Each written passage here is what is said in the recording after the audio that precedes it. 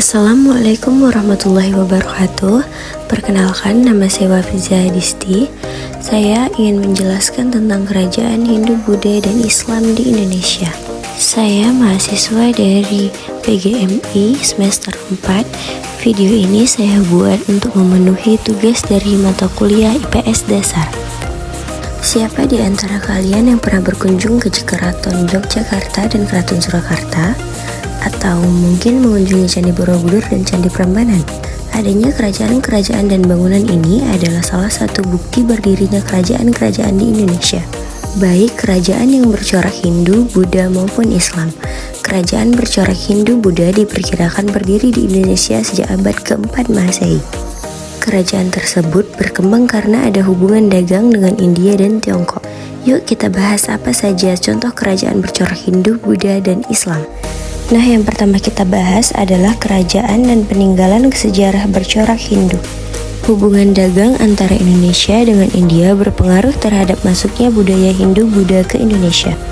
Agama Buddha diperluas ke Indonesia oleh para biksu, sedangkan mengenai pembawa agama Hindu ke Indonesia terdapat 4 teori, yaitu teori Ksatria, teori Waisya, teori Brahmana, dan teori campuran. Bukti tertua adanya pengaruh India di Indonesia adalah ditemukannya Arya Buddha dari Perunggu di Sempaga, Sulawesi Selatan. Nah, kerajaan Hindu yang pertama adalah Kerajaan Kutai. Kerajaan Kutai atau Kerajaan Kutai Martadipura merupakan kerajaan Hindu yang berdiri sekitar abad ke-4 Masehi di Murakaman, Kalimantan Timur, yang merupakan kerajaan Hindu tertua di Indonesia. Raja pertamanya adalah Raja Kudungga, yaitu yang membangun kerajaan Kutai. Diduga ia belum menganut agama Hindu. Kerajaan ini baru mengalami kejayaan pada masa Raja Mulawarman. Peninggalan terpenting kerajaan Kutai adalah 7 prasasti Yupa dengan huruf Pallawa dan bahasa Sanskerta dari abad ke-4 Masehi. Salah satu Yupa mengatakan bahwa Maharaja Kundungga mempunyai seorang putra bernama Aswawarman yang disamakan dengan Ansuman atau Dewa Matahari.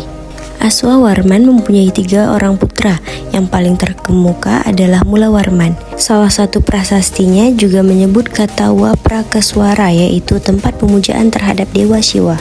Yang kedua terdapat Kerajaan Tarumanegara. Kerajaan Tarumanegara di Jawa Barat hampir bersamaan waktunya dengan Kerajaan Kutai. Kerajaan ini berdiri sekitar abad ke-5 Masehi. Kerajaan Tarumanegara didirikan oleh Raja Diraja Guru Jaya Singawarman pada tahun 358, yang kemudian digantikan oleh putranya Dharma Yawarman. Raja yang terkenal dari Kerajaan Tarumanegara adalah Raja Purnawarman, yaitu Raja Kerajaan Tarumanegara yang ketiga. Menurut prasasti Tugu, pada tahun 417 ia pernah memerintahkan penggalian Sungai Gomati dan Candrabaga sepanjang 6.112 tombak atau sekitar 11 km. Dari Kerajaan Tarumanegara ditemukan sebanyak 7 buah prasasti. Namun yang paling terkenal adalah prasasti Kebon Kopi, prasasti Tugu, dan prasasti Ciaratan. Yang ketiga ada Kerajaan Majapahit. Kerajaan ini didirikan oleh Raden Wijaya pada tahun 1292 Masehi. Namun baru mengalami puncak kejayaan pada masa Raja Hayam Wuruk dan Patih Gajah Mada. Patih Gajah Mada terkenal pernah bersumpah untuk menyatukan Nusantara di bawah kekuasaan Majapahit. Sumpah ini dikenal dengan istilah Sumpah Palapa. Nah, ini merupakan peninggalan yang masih ada sampai sekarang, yaitu Candi Bagan Batu dan Candi Wringin Lawang. Nah, sekarang kita akan membahas tentang kerajaan dan peninggalan sejarah bercorak Buddha. Yang pertama terdapat Kerajaan Sriwijaya, berdiri sekitar abad ke-7 Masehi, mencapai puncak kejayaannya pada masa Raja Balaputradewa. Wilayah kekuasaan Kerajaan Sriwijaya sampai ke Malaysia, Thailand, Kamboja, Vietnam, dan Filipina. Salah satu peninggalan sejarah dari Kerajaan Sriwijaya adalah prasasti Kedukan Bukit. Nah, selanjutnya kita akan membahas tentang kerajaan dan peninggalan sejarah bercorak Islam. Yang pertama dan yang paling terkenal adalah Kerajaan Samudra Pasai. Kerajaan Samudra Pasai merupakan kerajaan Islam pertama di Indonesia. Pendiri sebenarnya adalah Nazimuddin Al-Kamil, seorang laksamana laut dari Mesir. Sementara itu, di Mesir dinasti Fatimah berhasil dikalahkan oleh dinasti Mamluk. Dinasti baru ini berambisi untuk merebut Samudra Pasai dengan mengirim Syekh Ismail. Untuk itu, Syekh Ismail kemudian bersekutu dengan Marasilu dan berhasil merebut Samudra Pasai. Selanjutnya, Marasilu diangkat sebagai Raja Samudra Pasai dengan gelar Sultan Malik As-Saleh. Pada tahun 1297 Masehi, Sultan Malik As-Saleh wafat dan dimakamkan di Kampung Samudra Mukim Blangme. Ia digantikan putranya bernama Sultan Muhammad dengan gelar Sultan Malik At-Tahir. Ia memerintah sampai dengan tahun 1326. Ia digantikan oleh putranya bernama Sultan Ahmad yang juga bergelar Sultan Malik At-Tahir. Peninggalan atau bukti sejarah Kerajaan Samudra Pasai adalah makam Raja-Raja Pasai di Kampung Gedong, Aceh Utara. Dan ini merupakan makam Sultan Malik As-Saleh. Selanjutnya adalah Kerajaan Aceh. Pendiri sekaligus raja pertama Kerajaan Aceh adalah Sultan Ali Muqayyad Shah atau Sultan Ibrahim.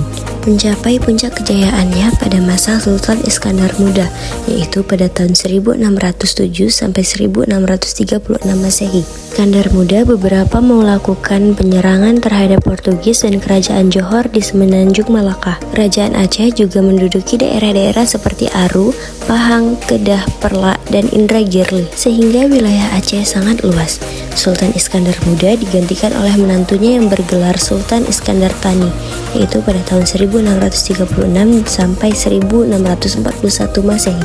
Salah satu peninggalan sejarah Kerajaan Aceh adalah Masjid Baitur Rahman yang sampai sekarang masih berdiri.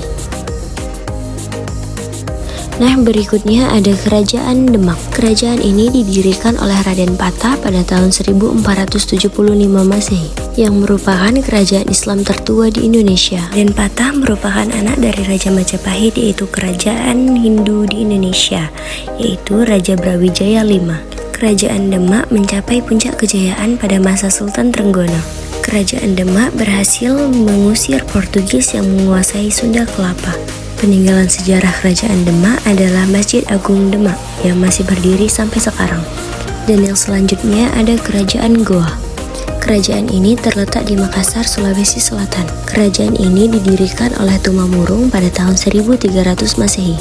Raja Goa yang paling terkenal karena keberaniannya adalah Sultan Hasanuddin. Beliau sampai dijuluki ayam jago dari timur. Peninggalan sejarah Kerajaan Goa adalah Benteng Sumba Opu dan Masjid Tua Katangka yang masih berdiri sampai sekarang.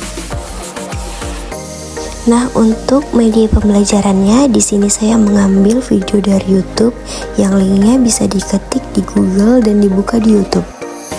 Baiklah, sekian yang dapat saya sampaikan. Semoga apa yang saya sampaikan dapat membantu teman-teman yang mendengarkan.